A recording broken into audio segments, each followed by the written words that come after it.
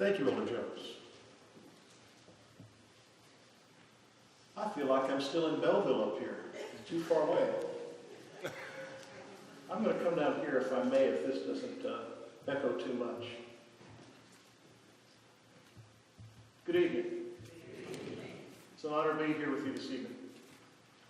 Have you ever been to the eye doctor for a checkup? I've been lots of times, okay?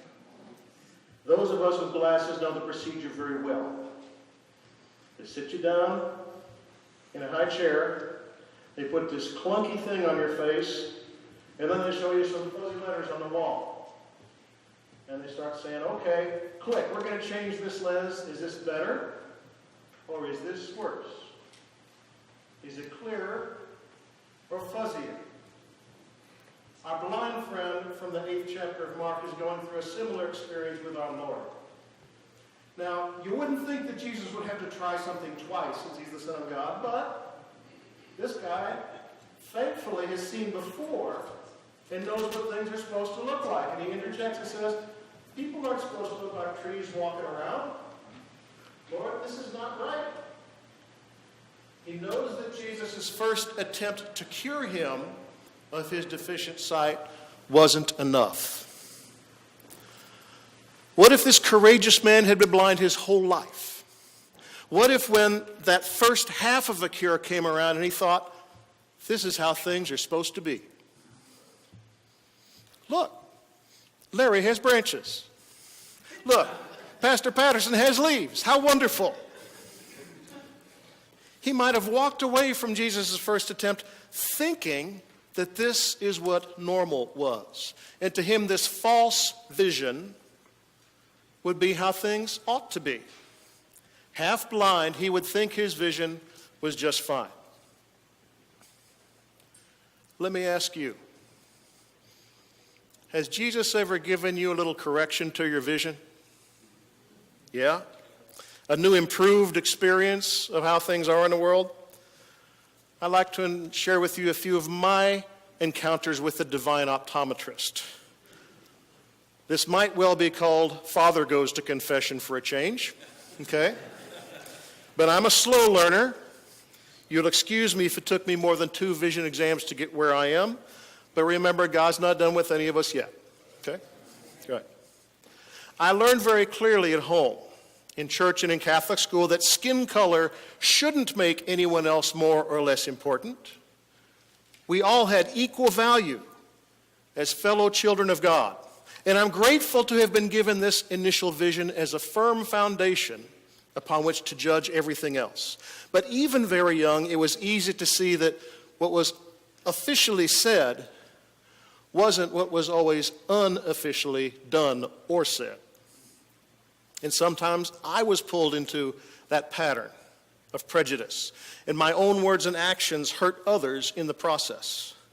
But as long as things were getting better overall, and as long as they weren't too bad, and I wasn't deliberately trying to harm others, I thought that's all I could do. Remember the eye doctor? Click. Better or worse?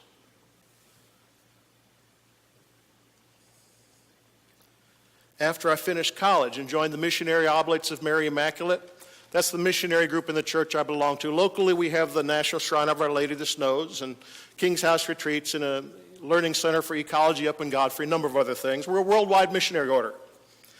And thankfully, my knowledge and sensitivity and experience of social realities broadened by my connection not just with the order, but those whom we serve. My perspective was stretched, especially through my studies, by living very closely, and by very closely, I don't mean down the hall from, I mean sharing bathroom and kitchen and meals and daily prayer, literally setting up household with, living very closely with people of different languages, nationality, culture, skin color, age, you name it. Except since we were Catholic seminarians, there wasn't a gender difference in there, but there was a lot of other diversity, okay? And as someone trying to follow Jesus, I emphasize trying, I embraced these new perspectives as best I could. But the most influential lessons I learned were after that period of seminary formation, when I was in my first assignment as a deacon and then a priest, at Precious Blood Catholic Church on the near west side of Chicago from 1990 to 1993. And I mention the dates because if you go there now, it's a very different reality now than it was back then. Let me share a few of my lessons with you. I was very fortunate because I got my first choice of assignment as a new young deacon and priest. A diverse inner-city church where we served mostly African Americans and Latino immigrants. Gospel choir at 9:30 and guitars at 11:30, straight from the rancho. It stood at the intersection of three different neighborhoods, Congress Avenue or Eisenhower Expressway, Western Exit, if you're familiar with Chicago. Rockwell Gardens was part of our parish. It spanned some of the poorest and most violent parts of the city. Our parish school gave a superior education to many, affordable superior education to many local youth. We fed and clothed the poor daily from the basement of the building, not just where the staff worked, but where the priests and brothers lived. They were fed out of and clothed out of my basement. Together we developed local cottage industries to end poverty in the neighborhood. We did advocacy work for the homeless who were all over the west side. Our volunteers covered the overnight shift of the largest homeless shelter in Chicago every single night for years. We donated some of our church property to build affordable resident-owned housing in order to stabilize the neighborhood. Our youth programs kept kids off the street and in a safe, supervised place at least one night a week.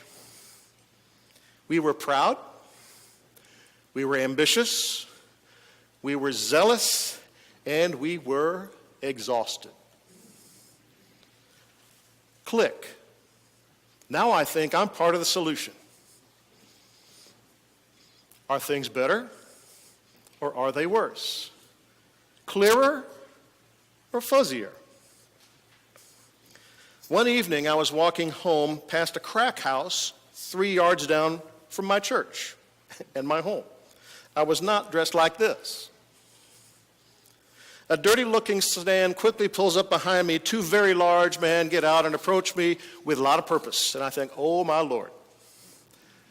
And I had the privilege of being relieved that they were plainclothes policemen. In my neighborhood, many people didn't feel secure with police, for reasons I witnessed several times. In my being profiled, I was never hurt, never cost me anything, whether it was non-Catholic neighbors who insisted that white guy must be a cop, or transit workers who said, excuse me, sir, I don't think this is your exit. There's a different western exit further up the blue line. You must have missed it. Exiting a train or a bus near my home, it was for my safety, and it cost me nothing. Click. My white skin color is definitely an advantage to me, a built-in privilege. Is this better or worse? For whom? It might have made me more comfortable going home, but did it make me more comfortable with knowing the situation that many others were in? Children could disappear from our neighborhood with no fanfare. Victim of the gangs, ran off, who knows. One time I happened to notice watching TV, on every local TV channel that night, there was an alert for a young woman who had disappeared from a suburban home. Guess what color her skin was?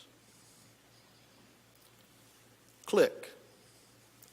How come I never saw missing kids from my neighborhood on the TV? A group of 4 African-American 7th graders from our school were discussing with me a horrific and highly publicized murder of a child in one of the high-rise projects in South Chicago. You may still remember hearing about a young child who was thrown from a high floor by his cousins because he would not deliver drugs for them. The 7th graders in the local school, a small group, wanted to talk about that because everybody was talking about that. And I thought, yeah, that's good, but let's bring the discussion closer to home. What about not the south side, but the near west side where we live? I naively asked if any of them knew if someone had been murdered, and he personally knew anyone who had been murdered. I honestly didn't realize how uninformed my question was at the time. Every single one of them knew someone, multiple people, even peers who had been murdered.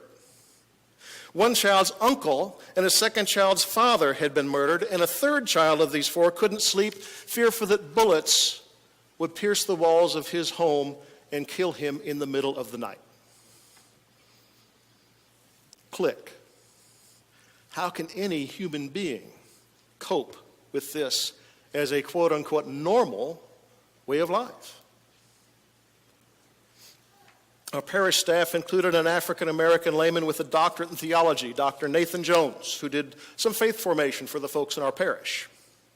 One day, sharing lunch together, he described the history of black slaves who lived on the plantation in ramshackle housing shacks out of view of the white master's house. We've all seen the images in Roots and all sorts of TV programs. He informed me further that they could at times approach the big house at specific times to ask for things they need. And Dr. Jones then pointed to the people coming from the projects across the Eisenhower Expressway on the Western Avenue overpass.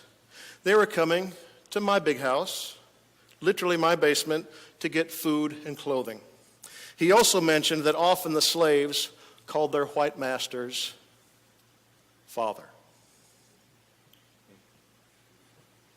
Click, click, click. I was horrified to have hit me that many of the same dynamics that informed slavery were still operating. Maybe not intentionally, sometimes intentionally, not only in society, but even in my home. In common ministries that were supposed to help the poor. Now, I'm not saying we should stop feeding the hungry or clothing them, but what about the dynamics of how it happens?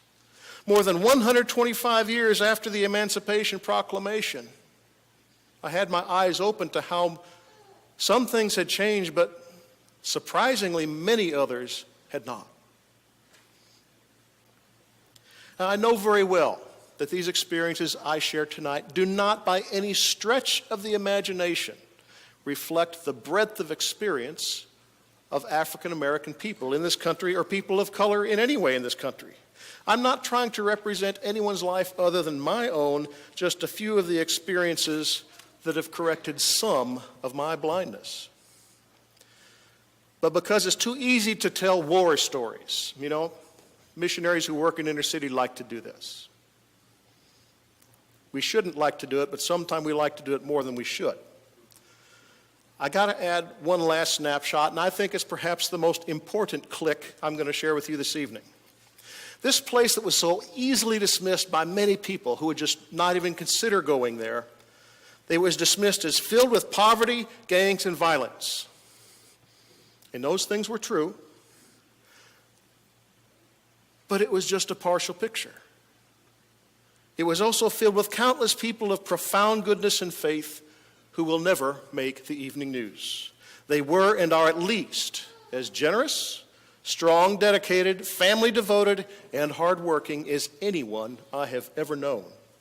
And I have been so incredibly humbled and blessed to share faith, bread, and tears with heroic people living in situations from which they longed to be free. I've prayed prayers of gratitude with people whose first words that morning were, "Thank you, Lord, for waking me up today," even though if they didn't know there was going to be a meal later that day or a roof on their heads later that day. And I've been fed, clothed, and taught more things of value by the humble generosity of the poor than by the easy surplus of the rich. I'll always hold fast to this 3-year time of conversion, not complete, but a 3-year period of conversion from I'm here and I have the answers to I'm humbly here and I'm not nearly as smart or as faithful or as strong as most of these people I came to serve. Let's conclude by going back to Jesus tonight. Remember the guy who saw trees? Okay. Walking? Jesus stayed with the blind man during his journey to clear vision. And that man's journey with Jesus did not end in a single instant, and neither does ours. And it sometimes involves getting dirty with spit and mud in our eyes. It involves being willing to admit before God and each other that none of us sees things as clearly as we'd like or as clearly as we ought. Only through the eyes of Jesus will we come to know ourselves and each other for who we truly are. All of us here tonight are, without exception, God's own children. That's why these conversations are sacred. We are talking about the life experience, one child of God to another child of God, chosen and claimed, brothers and sisters, all blessed and broken, black and white, and everything in between. So let's come before God tonight humbly and in faith. Let's ask for a clearer, better understanding of each other.